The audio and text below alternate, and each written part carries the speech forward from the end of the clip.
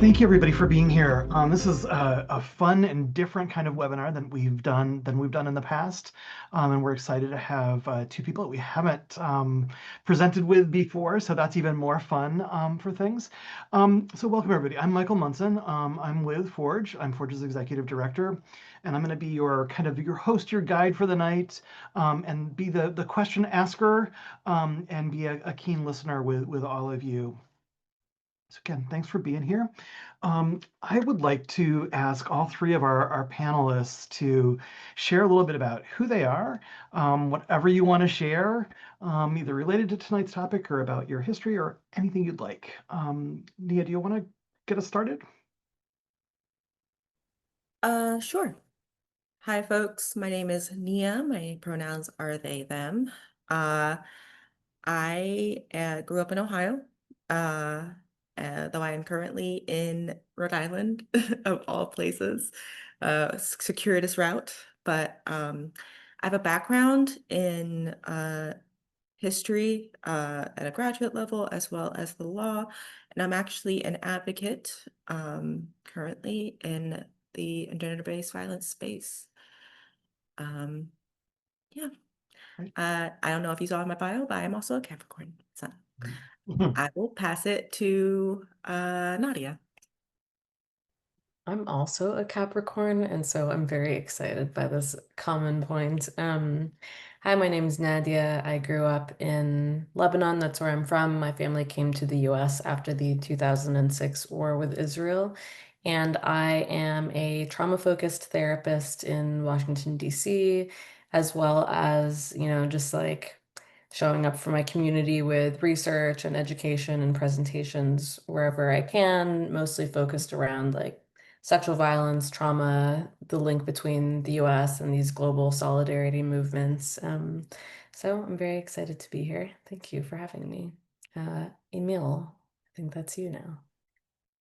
Hey, I'm Emil, a say them. I work at Forge. I am not a Capricorn. I'm sorry, y'all.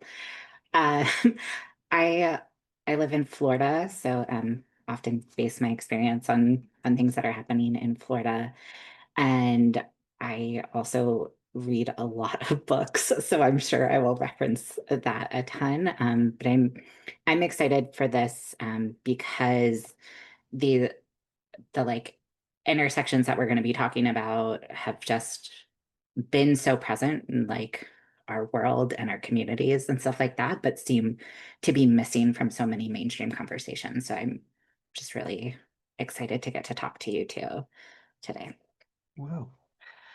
So when we were kind of coming up with this as a plan for the night and to talk about these intersections about intimate partner violence and authoritarianism and fascism, some folks who know me know that sometimes those feel like really big words. So I'm guessing that some of you who are in the listening part of tonight are going to find a lot of big words. Some are going to feel really familiar. So I hope that if folks are unclear about the stuff, that we can have some encouragement of chat-based questions so that folks can get clearer and we can all have a mutual understanding of what we're talking about. Knowing that there's no right or wrong answers, probably. And we're going to probably have a good winding conversation and we'll see where we end up tonight.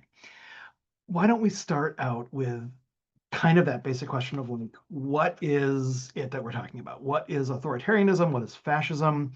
Pick the concept of what we're talking about tonight. Any of you, feel free to start.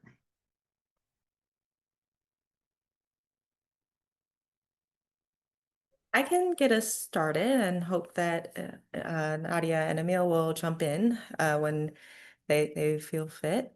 So fascism is a form of authoritarian government. Um, and essentially, fascism is somewhat new.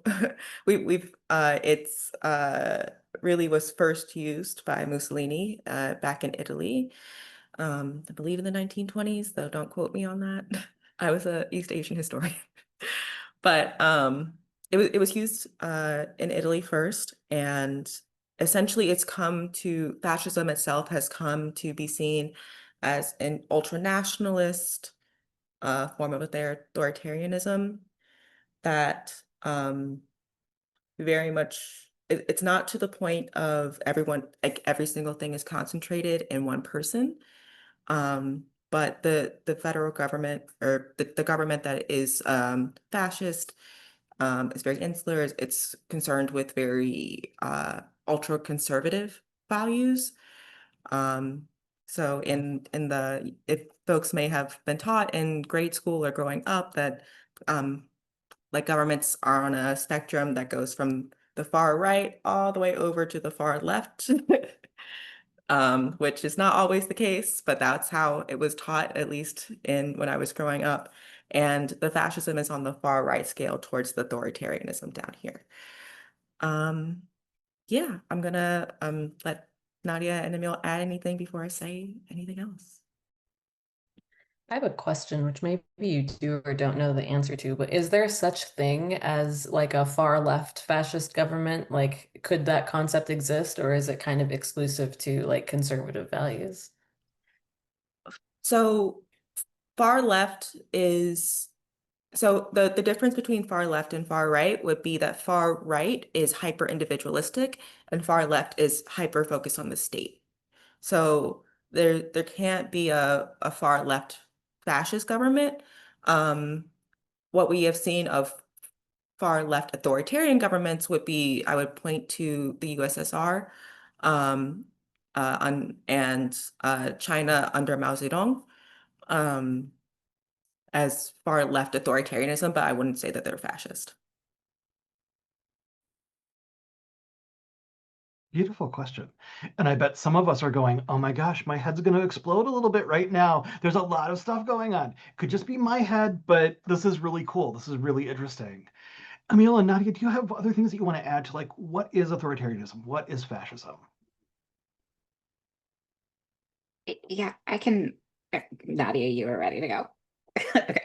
Um, I this is a bit of like kind of like a simple language. There's a lot of like us versus them, I think, with fascism, and really creating the us that gets created is a very like rigid, there's one right way to be, and like it, from what I know of history, it's often like, white, Christian, heterosexual, like men and women, and they are very strict binaries. So that's also part of what I associate with the conservatism, is that those types of roles for people and the social hierarchy that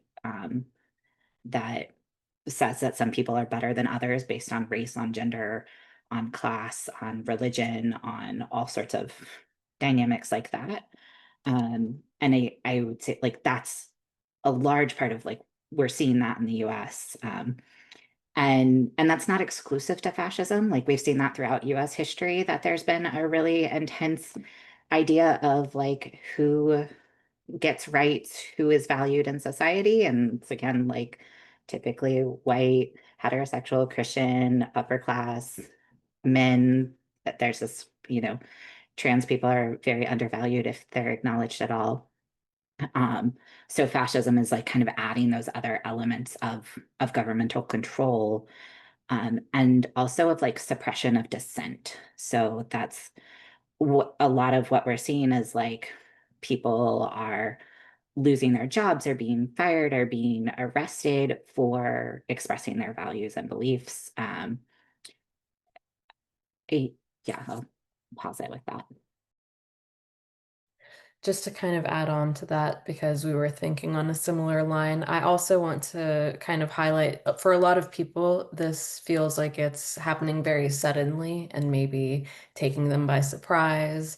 But I do think that the system is kind of working how it was designed to right now, because for most of US history, the only people with a voice, with power, with autonomy, who got to say what was going on were, white Christian cis straight males.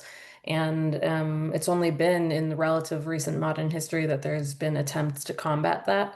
And I think since those attempts, we've been kind of cascading into this growing divide between like us and them, in group, out group. And I think this is the product of really centuries at this point of unchecked racism, transphobia, sexism, just kind of coming to a head. Yeah, and to that point, especially around US history, this is not the first time either that fascism has shown up in the United States itself. A lot of folks know that eugenics, or the practice of valuing folks based off of their inherent characteristics, usually around folks who are able-bodied, folks who are considered straight, folks who um, essentially are anything that is different from what is considered the norm in society. That started in the United States, and Germany under Hitler, which is mostly known as Nazi Germany, and was a fascist government, got it from us, not us, the US. That being said, there was a US Nazi party that well after Hitler came to power, and what really got that to change was the United States entering the Second World War. So these things are also not new. That's excellent. And as we think about these really broad concepts and really big concepts that we can only just touch a little tiny bit on tonight, how do these subjects relate to intimate partner violence? Some of the connections of what we're focused on tonight. How do they relate or not relate? Oh my gosh, can I go first? Okay. Yes. Well, I think that we're being sold a narrative right now that if you fit a certain amount of characteristics, you get to have power. Maybe you get to have power back if you previously were in a dynamic where like you didn't have any, which is why I think we're seeing, at least in the last election, a very large amount of Latino men, Black men voted for far right values, because I think like leaning into that like masculine power instead of racial one. I think similar things happen within the LGBTQ community, where it's like you're seeing a lot of like cis gay men who are leaning further right, because again, it's this idea of like grasping on to power over other people instead of this idea of a shared solidarity, or and it's an intentional strategy to pit people against each other, really. It's an intentional way to ostracize the most vulnerable people in society, and kind of, especially in this case, like trans people, trans women of color, really get left behind in the conversation because there are no straws for them to grasp, kind of by design. Thank you. Yeah. I will also add that any identity that exists outside of what the state deems as appropriate is considered a threat under fascism.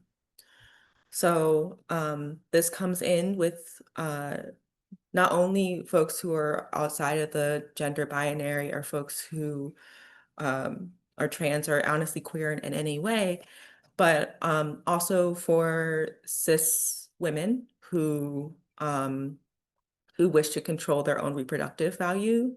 And by that, I mean in the very economic sense.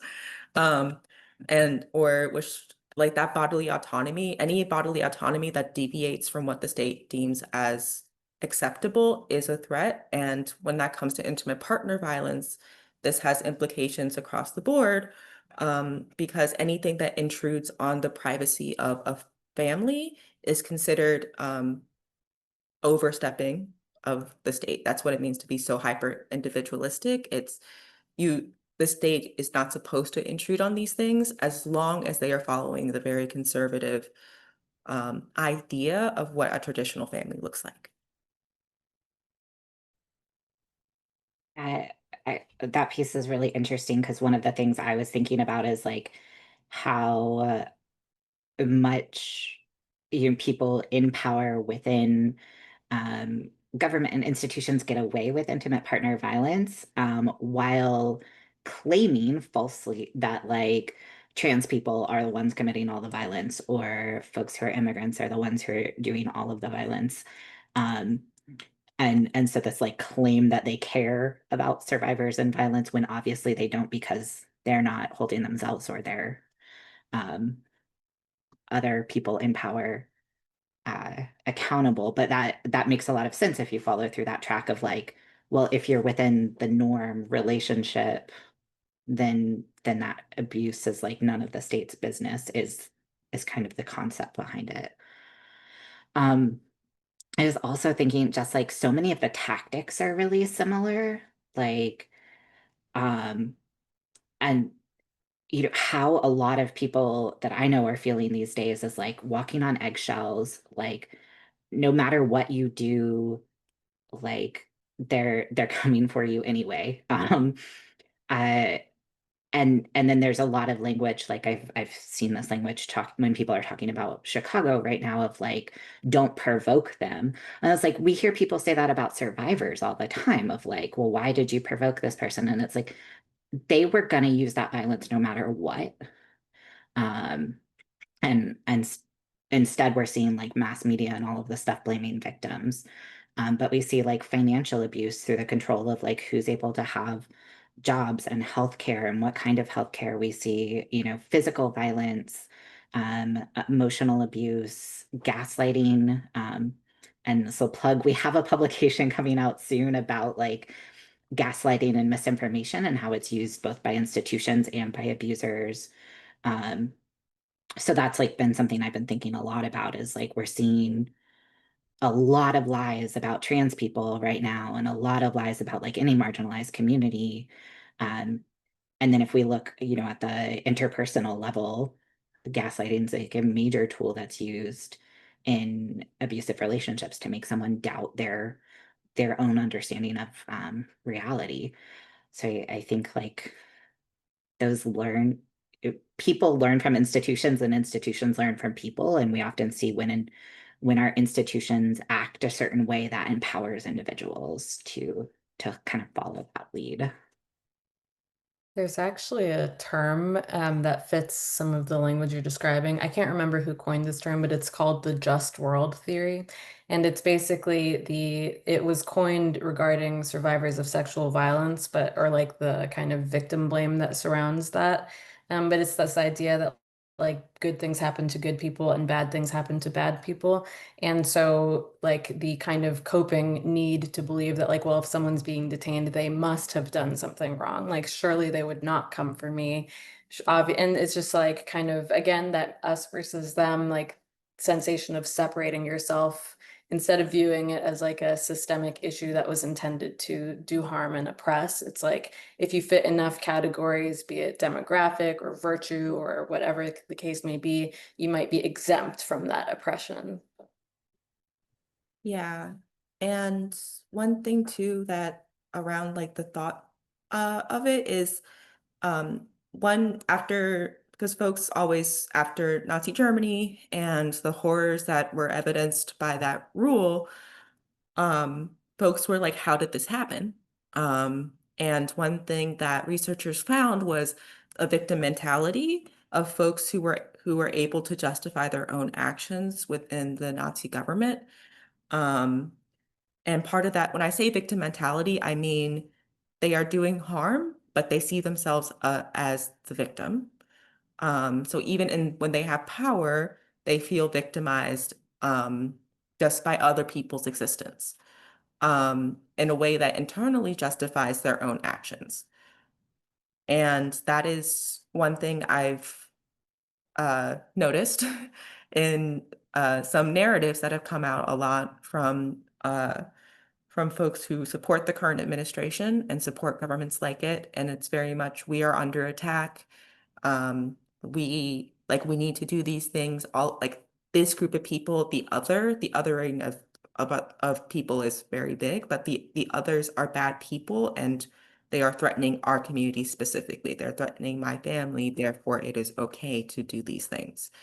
It is not only like okay, it is the right thing to do. It is just. And that's something I also kind like understand, at least in my experience, as a survivor of like that is the mentality that I've seen folks who do harm also take. Thank you. This is really a fascinating discussion, and I've got like a zillion things that I'd like to kind of piece out if we can before we move on to some of our other questions that we kind of plan to talk about.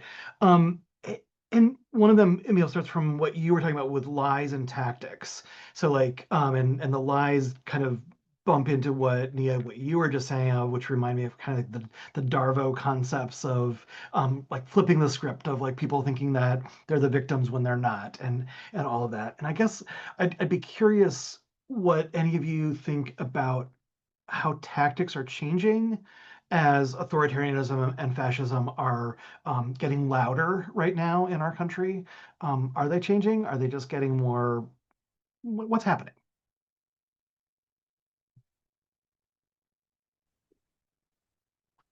I don't entirely know if this speaks to the change because I feel like I don't always track history as well to speak of change, but um, uh, the control of the media has been like a major theme in things that are happening in the United States and also stuff we have seen in other countries, in the Philippines and India, like journalists and in Palestine, journalists being killed.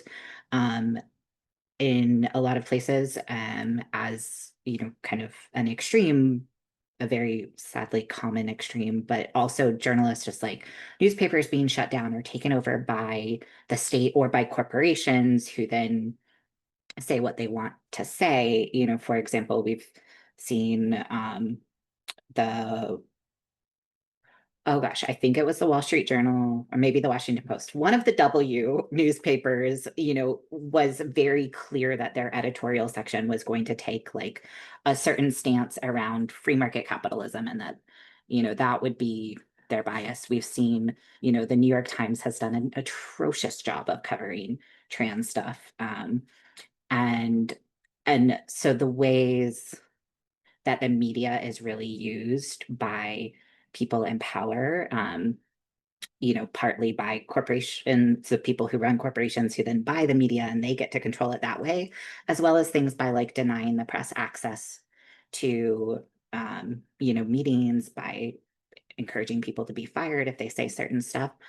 Um, and what, you know, as technology evolves, media gets spread in different ways. So social media is increasingly used to promote that narrative. In um, like when Facebook was more common, so like 10 years ago, you know, it was Facebook was being really heavily used by bots and by um, people in power to send out specific types of misinformation and lies. And now we're seeing that on a lot of different platforms. So that's, I think that's one of the ways that I'm seeing. Thank you.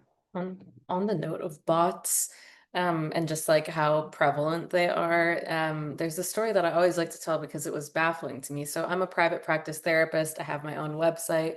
When you make a website, there's usually like a sample blog where it's just like, here's where the title goes, here's where the body goes, and it's not listed and not published because there's nothing on it.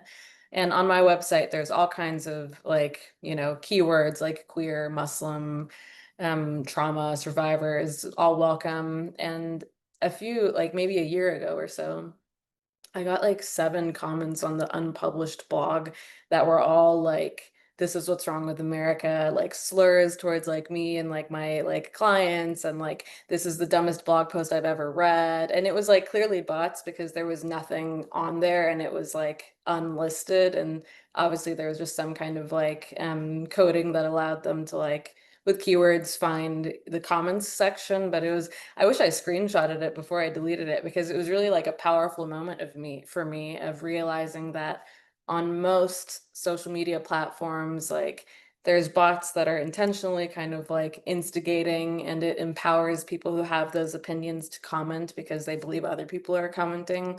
But what is the actual percentage? It's really not clear because you'd have to kind of go to each single post and dissect it comment by comment. But I do think that like it would be a lot quieter without them.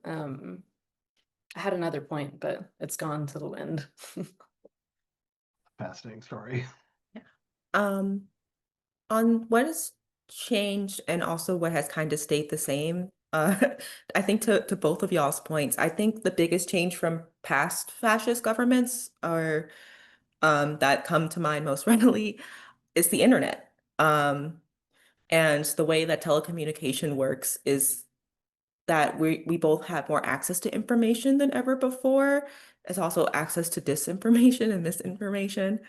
Um, and that has probably, it's both the greatest like innovation in communication, but it's also extremely difficult for folks to control. But that doesn't mean that that's not happening. And this comes in with the bots. It's and uh, making folks feel very much like the most bots that are there tend to have more incendiary messages because it drives engagement and the algorithms look for engagement. This means that algorithms that were written to supposedly be neutral have thus been used to promote more incendiary comments, which tends to be more far right leaning, because comments that threaten someone's dignity, comments that diminish someone's personhood are incendiary. Um, so, and there's a lot of buying up of tech companies. We saw the shift in Twitter, which I will continue to call Twitter. If Elon Musk will dead name his daughter, I will dead name that website. Um, we saw the shift there of what it means to control spaces on the internet, but that doesn't mean that that's all that the internet is. And I think that's also like something that's really important about this moment is that because folks have access to information directly from the source of individuals, that allows more human connection for folks to find resources, but also just to see others as people. Even if others, even if internet speak often gets very harsh and can be more violent than a lot of conversations that would happen in real life. There's also greater opportunity to disrupt those patterns and create new ones. Great. I want to pull a question from the chat because it's really relevant to what we're talking about with bots and what's going on. And the question is, what do you see as AI's role in the current moment? Can we take a minute to talk about that and see where we go? Besides the like total destruction of the planet through the use of AI, which is like super horrible for the environment and awful, and data centers are being put intentionally in like poor black and brown neighborhoods and stealing everybody's water.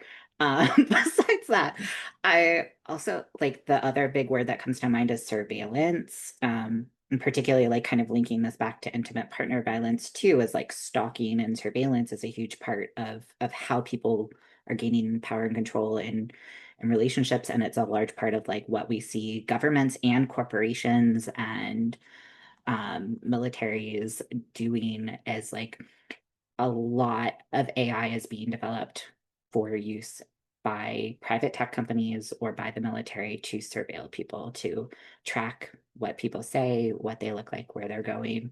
And then that information is used to incarcerate people and to deport people and to do other atrocious, horrible things to them. I mean, a simple answer to a huge AI could be used for a lot of different things, but that's a big part of it. Thanks, Camille. And that's kind of where I was thinking about going when I was asking about like the tactics, because it's like the surveillance piece and the AI seems to be really part of that whole shebang. So, Nadia, sorry, I didn't mean to interrupt you. That's totally fine. Continuing with the idea of surveillance. Well, I have 2 points. One is continuing this thread.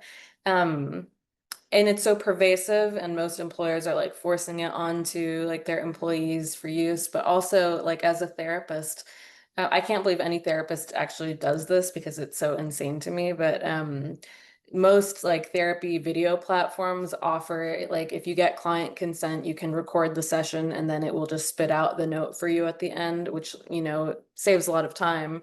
But like the idea of recording sessions and uploading them to an AI service even with the client consent, like how is the client supposed to feel comfortable saying anything that isn't like, I don't know what clients people have, but mine are all trans and fucking Arab, so it's like I'm not recording their sessions. So there's that thought, kind of hovering of just like the surveillance. And then the other one is just like, I think progressively like incentivizing a society that is losing its ability to critically think, right? Like we're even having teachers be encouraged in some schools to like, oh, well, AI is not going anywhere. Lean into it. Like, what does it look like if students write their essays with Chat GPT? And it's like, I think just the progressive kind of like simplifying our worldviews and like that conformity again of like what is the programming instead of you creating something new, just pulling from like what is on the database that we're like using for the generative information. And it's just like, yeah, it's really intense. And also it's horrible for the planet.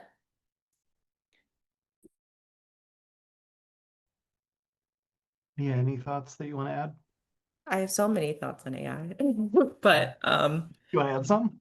uh I only one thing briefly to Nadia's like one of your last points around what does it look like for essays to be written by AI?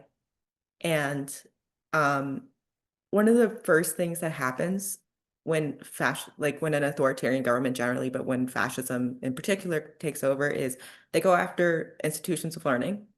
Um, we've seen, and there's been a slow erosion of uh education, public education since I was a kid in the Bush administration, Bush too, in the second Bush administration with No Child Left Behind, and what that did, and the optimization by a number that to learning, which completely destroyed so many young people's like opportunities, and lives. But by going to the point of relying on AI, the point of the essay is not the essay, right? The point of the essay is to induce critical thinking. Like I was also a youth organizer before getting into gender-based violence work, and the shift post-pandemic, the shift in the past few years of just not only ability to read, like phonics was definitely an issue I saw. They weren't teaching our young people phonics anymore, so they didn't know how to understand words that they were not already introduced to, which then goes to and leads to other things. Particularly, they're not taught to think critically about the information that they're receiving. If you're not taught to think critically, then how would you question the system that you're on? How would you question authority when all you've been done, like all that's happened is being punished, and you also don't have the tools, you don't have the practice to do that. And you've all, oh, Emil, do you want to go? Mhm. Mm-hmm. Um, oh, I want to, okay, going back to the therapy piece, I feel like also I've heard so many stories of therapy offices trying to do that. And we also see like hotlines and helplines, like their AI for, mental health support or like crisis hotlines. And it's like terrifying and devastating to me. Like, devastating that we are taking away the human connection. We know that healing like is really related to connection and to other people. Um, and so we're taking people out of the equation by introducing AI. Um, and it also like from how Mia started us off with thinking about that like individualism and also that like control of like this is the norm. When it's AI, someone gets to control what they say, what they tell you, what kind of feedback you get. Whereas with like human relationships, humans are wild cards. Like we're weird. People could, assuming that people had access to healthcare, they could see any therapist, right? And learn all sorts of things. So that like way of controlling through people through increasing our isolation stands out to me too. Sorry, one last thing about this. in particular, we've already seen how this doesn't work with policing, right? One thing that we've kind of been talking around, but also is related, is the violence that the state inflicts around folks who are not white. I'm Black, and I just couldn't help thinking about like victim blaming and how it's evolved over the years when it comes to police brutality, and how facial recognition software was calibrated to specifically recognize white faces, which led to misidentification of anyone who was not white, and which led to trauma and arrest within our communities. And the expansion of that technology from the same folks that wrote those programs is not going to help, and it's certainly going to make things worse. Just like real quick, one more thing about AI. And within the last couple of years, we've also seen, like the apartheid occupier Israel use like AI to like generate lists of appropriate like people to kill in Palestine. And like, and we're talking about civilians whose names get like generated on a list. And this, again, this idea of like acceptable qualities and like how that technology then becomes usable in the US for different purposes as well. And it's much more systemically connected than people think. I think that people kind of laugh and be like, well, what's the big deal if my 14-year-old writes their essay on ChatGPT writes? But like empowering a technology that is kind of systemically designed to like continue disenfranchising us in many, many different ways is connected. Yeah, sorry, one last thing, because that was actually so important, the use of AI in war. Putting on my lawyer hat again, as someone who studied law of war, humanitarian law, that is illegal. Like, it is a war crime to target civilians. And we know that war crimes are like they're as effective as folks who enforce it. But at the same time, there's something to be said for the impact of uh of AI having the choice over life and death of in a way that is completely amoral. This is fantastic. I love all of what you're sharing, and there's just so many places that we can go. I'd like to go backwards a little bit. And Nia, this is to you. And it connects with language and history and what language has been used in authoritarianism, what language is being used now in kind of a reclamation. So like how has language shifted or changed? What do you want to share about language? Yeah, language is so important. Um, as someone who was initially trained in a Western tradition of history, like historical methods, so much of it relied on the written word. Um, Within like there and there has been a shift over the years away from just relying on the written word as the only form of valid historical record, in part because so many cultures have oral traditions that are just as rich and that history is just as real. Um, but for so very long, anything that was not written down and not preserved did not exist in the future. So anything that could, and also even things that did exist could be misinterpreted or reinterpreted however the future wanted it to, especially if there was an absence within the historical record. Um, what that means in practicality is that we a quick fun example is one of the most famous movies ever created is Nosferatu, the 1922 version. Almost every single copy was destroyed with the exception of one that made its way across the Atlantic from Europe. So one of the most important movies in cinema history would not have been known if that one copy had not made it. So much history is lost. So much culture is lost when you erase what exists for folks to interact with. And the written language, the use of language is one of the ways that folks reaffirm their existence, reaffirm their experiences in a way that others can understand. Like functional language is not to be prescriptivist, which essentially means you're being very particular about words and not the actual meaning behind them. Um, but it by policing language, by forbidding words, you are signaling culturally that those concepts are not acceptable, and in the long term, that those concepts in that time do not exist. So by continuing to use language that reinforce dignity, by continuing to use language and acknowledge things as normal or fine or just, that um, the state the state claims do not claims does not exist, or are not real, or are considered taboo.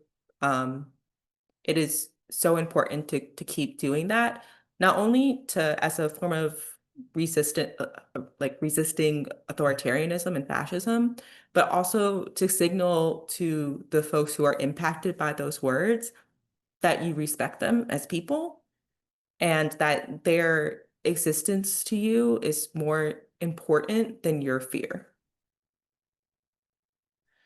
Yeah, and as you were talking, I was thinking about how, in January and February and now, you were talking about erasure of language, erasure of histories. How many survivors are not able to access written materials that used to be on websites, in resource places? And, I hadn't considered that connected. I mean, I knew it was connected, but like that's an interesting way to kind of frame a little bit of what's happening. Um, I'm curious, Emil and Nadia, if you have thoughts about language, erasure, where we're at.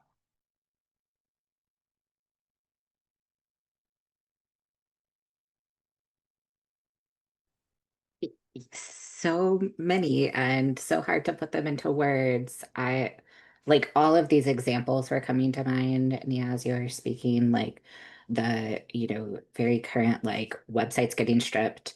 How many like at Forge, we're in the process of like editing some long-term written materials. And so I have all these links that I saved a year ago as references and citations, and they like don't exist anymore. I'm like, oh, that study's gone, that study's gone. And just how easy that then makes it for misinformation to come up, and like, you know, uh, the government is like claiming that harm reduction is bad now, and it's like, no, it's actually like super useful. Even, if you're using like Western scientific evidence-based standards, like harm reduction is very helpful. But we've like lost all of that work. And especially, we're here talking about trans folks, like all trans stuff. But it also brought to mind, a little bit less recently, like residential schools where Indigenous folks were like stolen from their families and were not allowed to speak their languages, and how much keeping people from their languages was a part of attempting to destroy peoples and cultures. And yeah, and yeah, how much we've lost, just imagining like that's right, like the the winners write history is sort of like a common quote, but like we talk about like trans people have always existed, and but like because it wasn't always trans people writing the history, we don't always know what like how people built community, how they described themselves, because other people were getting to tell that story. So, those are a few of the examples. And I think we see that with survivors too, of how often abusers, like a common tactic of abuse is to tell the story first, and like the abuser will try to control the narrative. And we're seeing that with authoritarianism too, of controlling the narrative of things. Um, I'm also thinking about the way that this looks in practice kind of moving forward. Like the information is being censored, the languages, the histories, the cultures are being erased and have been in many different points in history. And I think it's been very jarring to kind of see it happen live in many ways. Something that comes to mind is academic institutions or other kind of institutions where for the last, couple of decades, it was like it's very desirable to have your tokens. You want your like token trans students, your token like, immigrant, black, whatever the case may be. And basically, as soon as there's that cultural shift where the tokens are no longer needed, they're also no longer wanted, where those students are being kind of like left out, pushed out from those spaces, and basically barred from creating history too, and creating those archives if they're not even being let into those spaces anymore to begin with, and really noticing how much of the acceptance that we've been receiving for the last couple, maybe just decade, was actually just like tolerance or hope that they might gain something out of it. And now that there's nothing to be gained, people are being disposed just as easily as words are. Yeah, thank you. Nadia, I'm wondering if you could take us into a slightly different direction related about looking at war and rape and some of how that connects to what we're talking about tonight.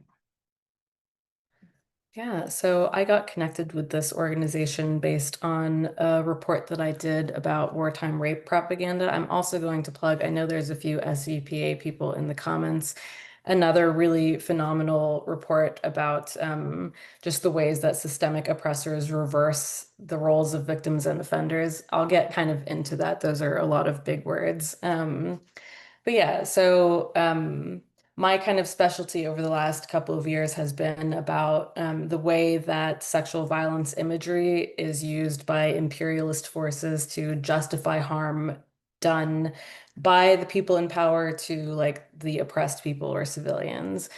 We've seen that a lot in Palestine with debunked, falsified images of like sexual violence basically being used to like manipulate people, justify a genocide. But I also think there's a strong connection between that and what we see in the US about like every anti-trans argument kind of purports trans people as like aggressors, as sexual deviants, as, perpetrators of sexual violence. We see the same thing with immigrants in the US. Like they're coming here illegally. It's always sexual violence, even though the right doesn't care about survivors, which is when you know it's falling into the propaganda domain, is that it's overinflating individualistic maybe acts that have happened in a vacuum. It's ignoring the systemic kind of repeated violence by the, people in power.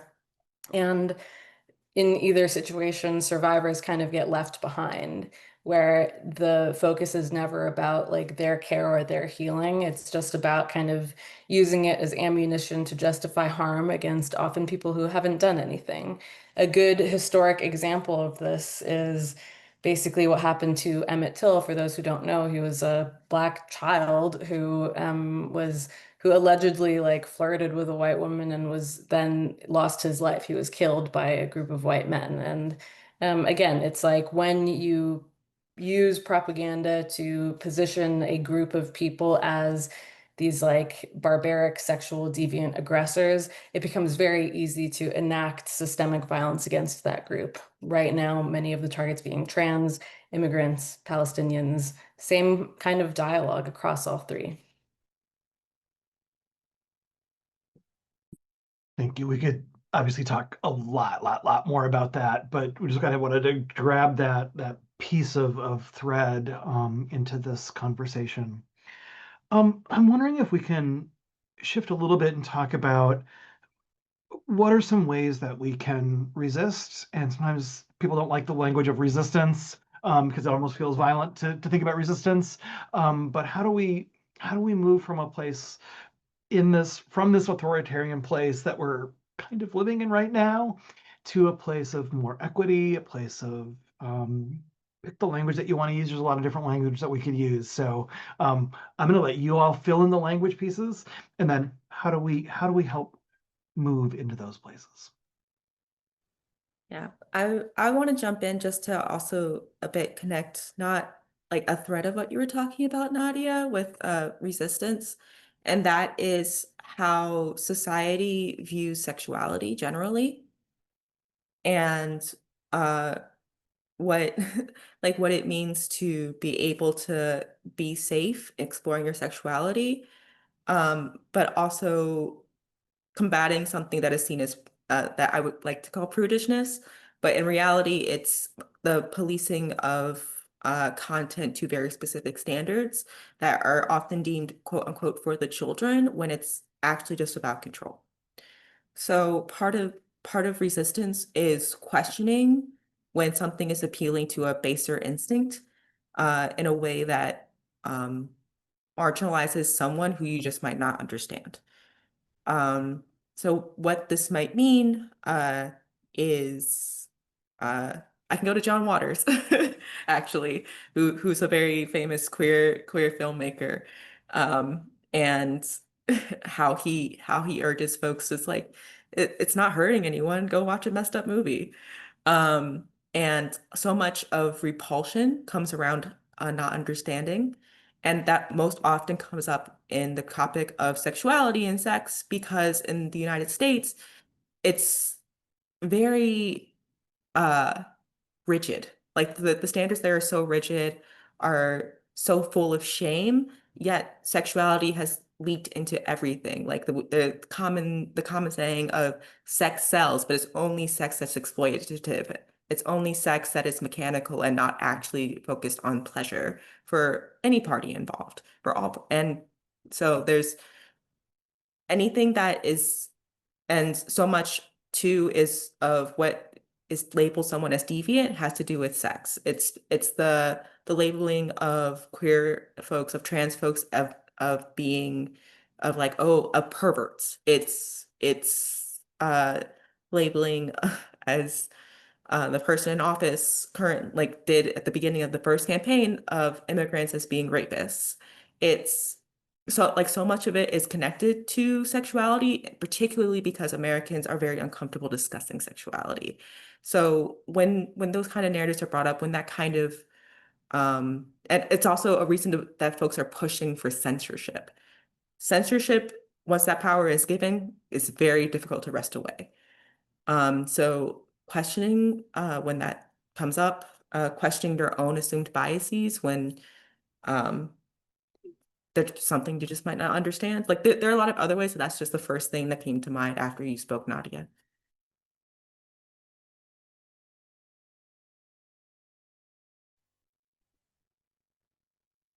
I there's so many pieces. I think like around the idea of like resistance and violence too, of like questioning who what is it that we call violence, and like what is it we call crime. Sometimes that's an easier entry point. Like crime is something that gets made up by people who make laws.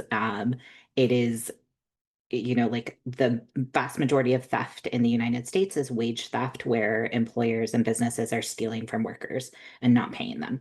But that's not really crime. It's not something we talk about. Instead, when people think of theft, they think of somebody like, stealing milk from a grocery store or stuff like that. And then we get hyper focused on this. So like when I think about violence, I think about like the military, I think about prisons. When we think about sexual violence, we want to think about like intimate partner and interpersonal violence. And we also want to think about like that there are laws that are saying it's okay for adults to look at children's genitals in order for them to play sports. Like, what the ever loving fuck? Like, that is absolutely sexual violence, and it's not being called that. So, um, like applying that same critical thinking to how we think about resistance, because I feel like what the mainstream media narrative is often super hypercritical of like protesters, of community groups, um, and all of that. So that's part of it. I also there's a website I really love called Choose Democracy, which part of what I love about it is that you know, it's made by organizers who have like a history of social justice work, but they really simplified explaining some of the stuff that people could do. And so uh, like they have this clear list of like 4 things people can do, which is like protect people, defend civic institutions, disrupt and disobey, and build alternatives. Um, and I found that really helpful for kind of like sorting out different roles that people can take. Like we all don't have to play the same role, but like some people are protecting people. I'm wearing my like free DC shirt right now in DC and Chicago. In so many places, people are doing Ice Watch and they're like showing up on street corners and they are making noise and being rowdy and like making it a lot harder for people to be disappeared.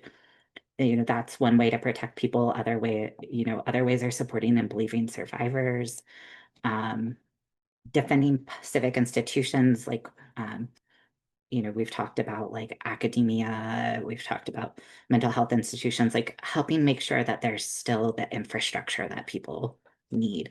And one that actually works, not like the one that got built in the US that is only for some people. Um, and then we need disruptors. We need people who are the protesters, are the rabble rousers. And then building alternatives is like creating, making the world we want to live in now. Um, So I appreciated that somebody simplified it for me. And I could use that. And then like we can all build in the complexity that we need in our real lives. I also think that I love all of that so much. And just kind of on the note of like, not everyone is comfortable with resistance. I like to more reframe it of like we all have the capacity to resist in different ways, because I think what you end up seeing is there's a lot of people who will comply with fascism before they're even being forced to. Like some of these people taking down articles from their websites when no one's asking them to. They're just suggesting that these things shouldn't be allowed anymore.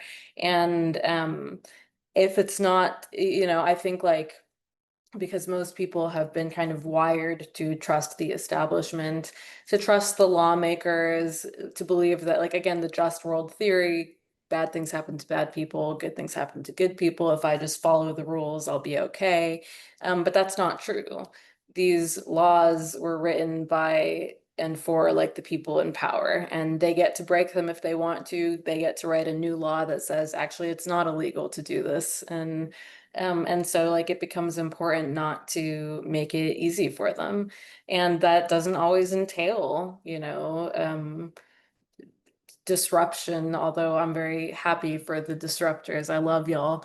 But for the people who like just like don't have that fire in them, light the match by just like not just giving in when no one's even asking you to. Like hold your ground, identify your own beliefs, like don't just like passively doom scroll taking in the propaganda without thinking about it. Like think critically about the media that you're engaging with, think critically about like the things that are happening around you, and instead of that like fast paced numbness, the ability to just like step back and pause and engage with the things that are happening around you. Thank you for all of that. I was thinking about how you said something about like how kind of get to make the new rules, right? You don't like the one rule, we're going to make another rule. I was thinking about like how many folks that work with IPV survivors or sexual assault survivors hear one thing and then they don't get the new rule. They don't get the updated like, oh, you're not supposed to serve these people. Oh, but now you can, or now you can't. And just how crazy making it is for providers and survivors who want to access services. And that's just one piece of the equation that your comment just made me think of. And I'm wondering how we can help folks figure out what to believe, what not to believe, when we're resisting. How do we figure out, what's up, what's down, and it changes every single day. So like I don't even know what my question is, but it's a hot mess. What do we do with a hot mess? Um, One thing I like to remind myself as well as my community is we can only control our own actions. And um, we have to live Like we have to live every day and question whether or not we are living by our own values. And that's hard, especially when it's easier to not question and to just kind of get by, especially when the queer community, when all the communities that we're part of feel under attack because we are under attack. It's hard to do anything sometimes, and sometimes getting out of bed is hard. But just taking control of like knowing you can control your own actions, you can make your own decisions, and moving through the world that way can it's responsibility, but it's also agency. Um, and that's something everyone can do. Um, yeah, it's what are your values and are you living by them? And if you're not, how can you live by them in a way that you can survive? I appreciate that so much, and combining it with, what Nadia shared. I can think of like the times that I have strayed farthest from my values. I was moving fast, I was stressed, I was overwhelmed. And like had I slowed down, or when I slowed down later was when I was like, no, I don't like that I did that. Um, so I think like pulling those two pieces together is really helpful. I I mean, there is so much information. Personally, I've like narrowed down like a few sources that I look to get my like what's happening in the world um information, and that way it's not like the same headline 500 different times with like slight tweaks. It's like, a couple times. I find that's helpful. And then I find also like, at least in terms of work stuff, I like kind of note trends and patterns in what's going on, but like until it's actually like a law, I don't have to follow that nonsense. Like I want to know what's coming, but like all those executive orders, they are not actually like laws and rules. Like, you know, until somebody like takes away our lawsuit, we don't have to do that. So really kind of tracking that, and it may be like finding somebody else who is tracking that for you, so that you don't have to do all the research yourself, can be another way to do it within our roles, because we do, like, in terms of laws, there's county and state and federal and like all of this stuff that's happening, so it can be really confusing. I have already forgotten the original question, so I Mila, I want to pick up off of what you just said too, with kind of like when we're moving fast, sometimes we make a choice and maybe it's not the choice that we would have made if we could have slowed down a little bit. Or, are we living our values, or are we getting influenced by our peers? Or, I mean, we all get influenced by folks around us or what we think is true. And, I think one of the things for me, and I'm trying to not add my 2 cents in here, but it's just to kind of remind us all that we can choose again. Like if we make a choice that ends up going like, hey, that wasn't with my values, we can choose again. We can say, I'm sorry. We can move again. We can change course. And I think that that's sometimes is really hard to do. But how can we step into that when we're moving in this really fast paced, really new to all of us, many of us? How do we keep up? And it's hard to keep up. More on the concepts of kind of where we're at. How do we resist? If resistance doesn't feel right to us, how do we step into some of those places?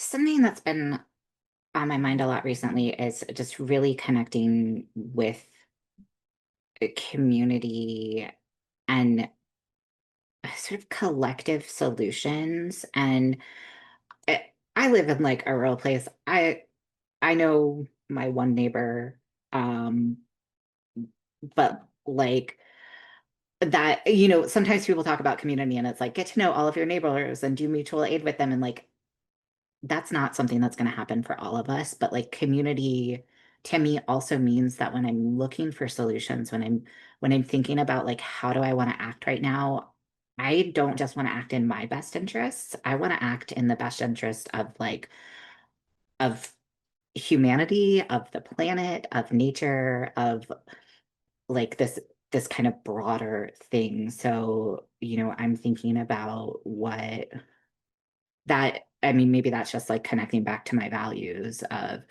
um that like sometimes that means that I'm going to be a little bit more tired, but like I am going to go with somebody to their doctor's appointment. And other times it means that like I'm going to stay home because that's going to be what's best. But um, it doesn't mean that I always like choose me first. It means that I am thinking in a kind of more collective mindset. I think we've all been conditioned for the last few years with like pop psychology Instagram posts about like choose you and like don't let your friends inconvenience you and like they're draining your energy and just like all of this messaging that like you are the center of the universe and like your care is the most important thing in the world. And I love seeing that very hurtful message be disrupted over the last year because like all we have is each other. And yeah, if your friend so earlier this year I had like a health crisis. I don't need to get into it, but I had to go to the doctor every day for 3 months. I had a friend who's a stay-at-home mom of two toddlers who got like childcare to be able to take me to the doctor every day for like a week, and that's not a small thing. But it meant and it meant the entire world to me. And like the reality is that like existing in community is going to be inconvenient at times. It's not always going to be fun to like take away your own time, your own resources for another person. But the idea is that like with each other, like no one gets left behind and we all get to like be at a better place of comfort. And I would have done the same for her in heartbeat. And stepping away from that image of like anything that tires you is bad for you. Actually, I think like the ability to care for another person, even if it makes you tired, is like something that humans have done for all of human history. And it's only until very recently that we've had this mindset that that is somehow like always a selfish ask. And you know, um, all we have is each other. I think about this, sorry, another thought. It's interesting as a therapist, because the position of being like the carer for someone, I am very frank with clients when I hear them kind of like, even if they're survivors of sexual violence or institutional racism or whatever the case may be, like supporting systemic violence for other people doesn't float in our sessions. It may not come up right away, but I don't think it's mentally healthy to like kind of be a victim of harm and then continue perpetuating those like ideas for other people. And I think both as a therapist and then as a part of community, like the more trust that you have with a person, the easier it is to kind of talk with them about like instead of the kind of fast-paced like informational beliefs that we're like digesting all the time. Again, that slowing down and talking about what do the numbers actually say? What do the facts actually say? I'm an abolitionist, and so like talking with clients, increased police budget and over policing does not lead to more perpetrators in prison. It leads to, again, the more systemic kind of like small crimes, specific groups of people, whereas sexual violence statistics stay the same or get higher, no matter how much money we give to these like institutional forces. And, it's not easy, but none of it's like actually probably easier than letting the fascism kind of take over, right? Yeah. And uh one thing that I think is really hard for folks to think about and conceptualize is what comes after this. Because there will always be an after, right?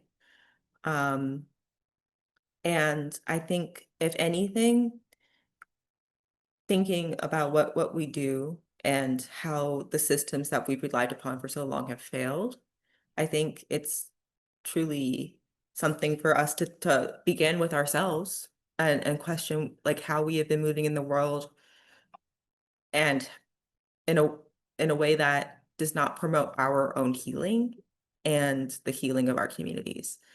The opposite of or my understanding of like the opposite of oppression is um, is liberation. And I'm also an abolitionist, so thinking about like all of this movements, all of these work, the blood, sweat, and tears our communities have put into change work for centuries has also gotten us here. Like history is, it doesn't repeat itself, but it spirals in a way. Um, and how do we move differently to ensure that future generations do not experience this in a different way? How do we change ourselves, change the world? And that starts with ourselves. I know that say take the world, but like these things happen in waves, right? And so much of what happens are a million individual choices. Um, and I think so much of the work that has been done in social change work, um, and I'm talking more generally, not just in the interpersonal violence space, has been rooted in systems that prioritize sacrifice over healing, in systems that push burnout on advocates, that see one aspect of the solution as fixing the problem rather than a holistic care, that result in what is seen as like charity but not community aid. That's in a way that disconnects the person from the community that they're part of, that separates the service from the served. um, which also has implications for when survivors are service providers, right? All that to say, healing is one of the hardest things anyone can do, and it's something that we all have, like, we owe it to ourselves to do it. And that is going to Audre Lorde. Like us existing, us taking care of ourselves is an act of resistance. And so much is heavy right now, but you are worth the care that you would give others. And that's really an excellent segue into where we wanted to kind of not end up, but kind of move towards the end of our time, which is to talk about well-being and safety. And that could be from a survivor perspective or a provider perspective or just a frickin' human perspective of where does our well-being, our safety, collective or interpersonal play a role for you? What do y'all think about that?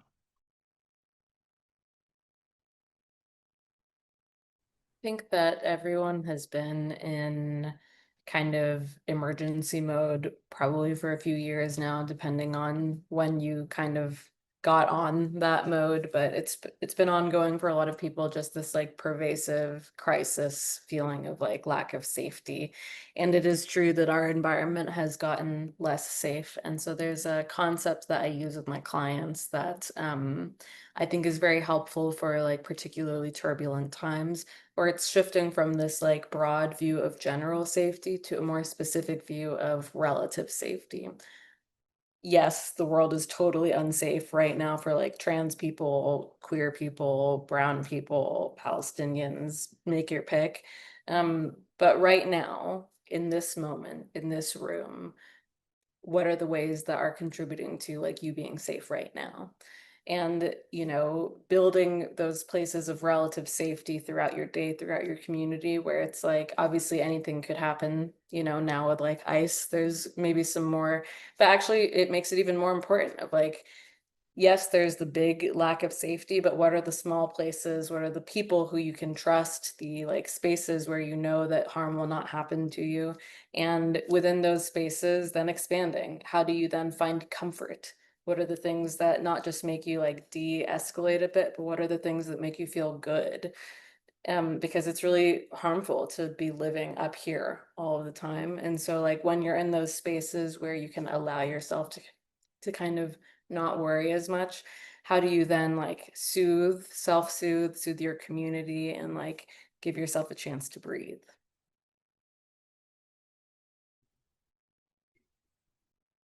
That was so beautiful. Like We all just got a little bit of therapy, or at least I did. I yeah, I think like honestly having having conversations and like with people is also part of that healing for me, and like thinking about healing is also connected for me to like having agency and control over our own lives. So those places where we feel like we can have some control, and sometimes that's like being able to process with a trusted person or a trusted panel, um, can be part of that. I was also like kind of shifting a little, I thinking about the expertise that survivors and advocates have. Like we've talked about how many dynamics of fascism and intimate partner violence can be kind of similar. And in some ways, that means that the skills that we've learned to deal with intimate partner violence, we can scale those. We talk about safety planning.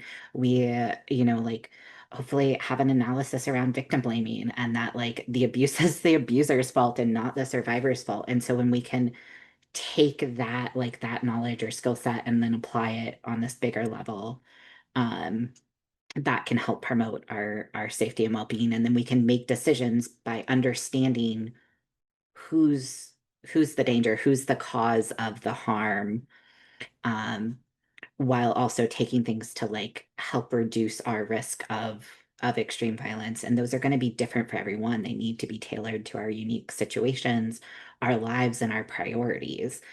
So it may be, a priority to be able to get home to your kids every day, or it may be a priority to be able to be at a protest, or um, you all those different things, and you make safety plans in different ways.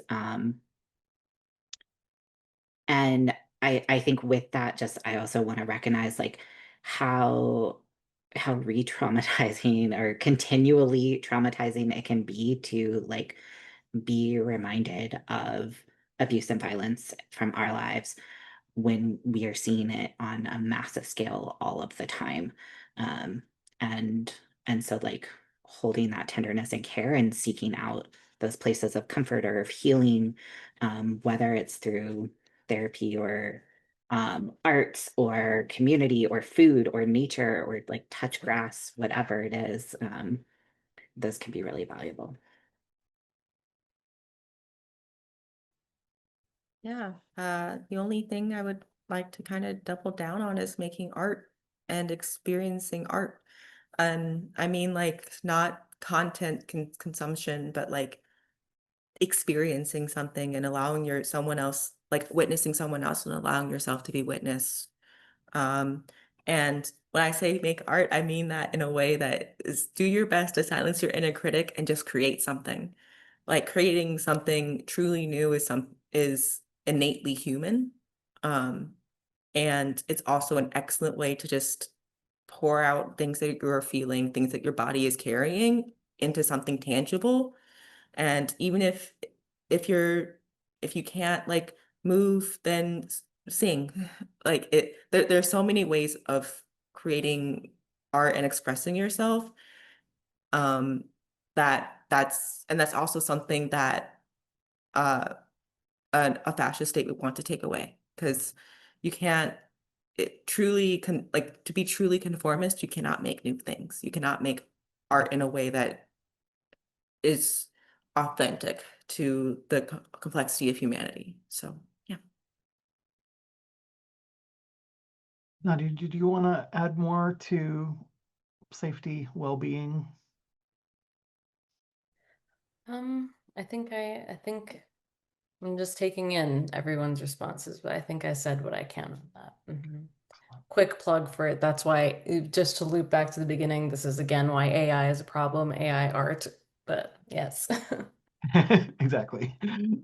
So we're almost to the end of our time. I wanted to make space for all three of you to share anything that maybe didn't get shared before that you really want to make sure is elevated or in people's minds or ears before they head off tonight. Anything you want to share as we close out?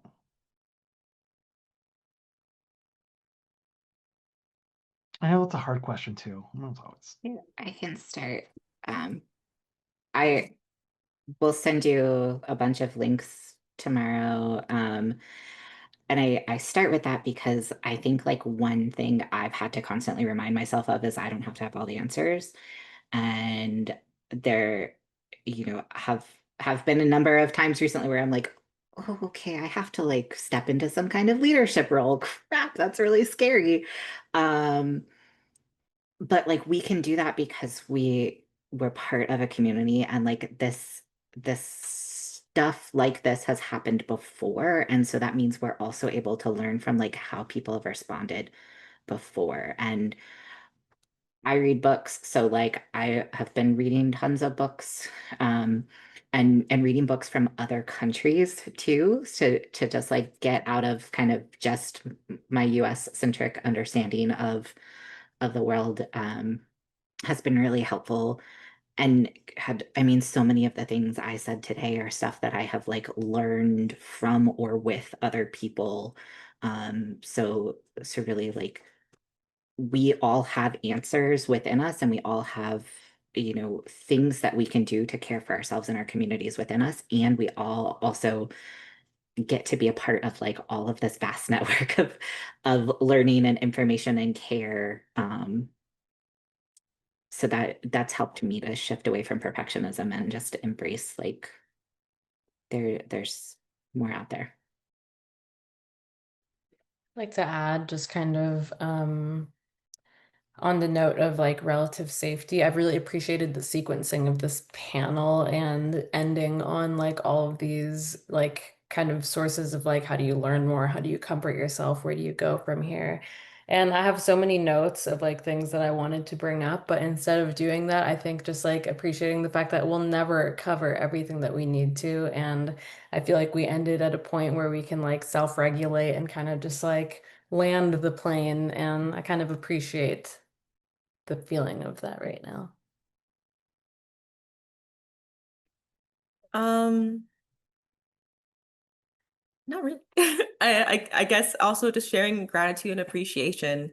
I sometimes it feels like I'm going crazy because I'm like, what?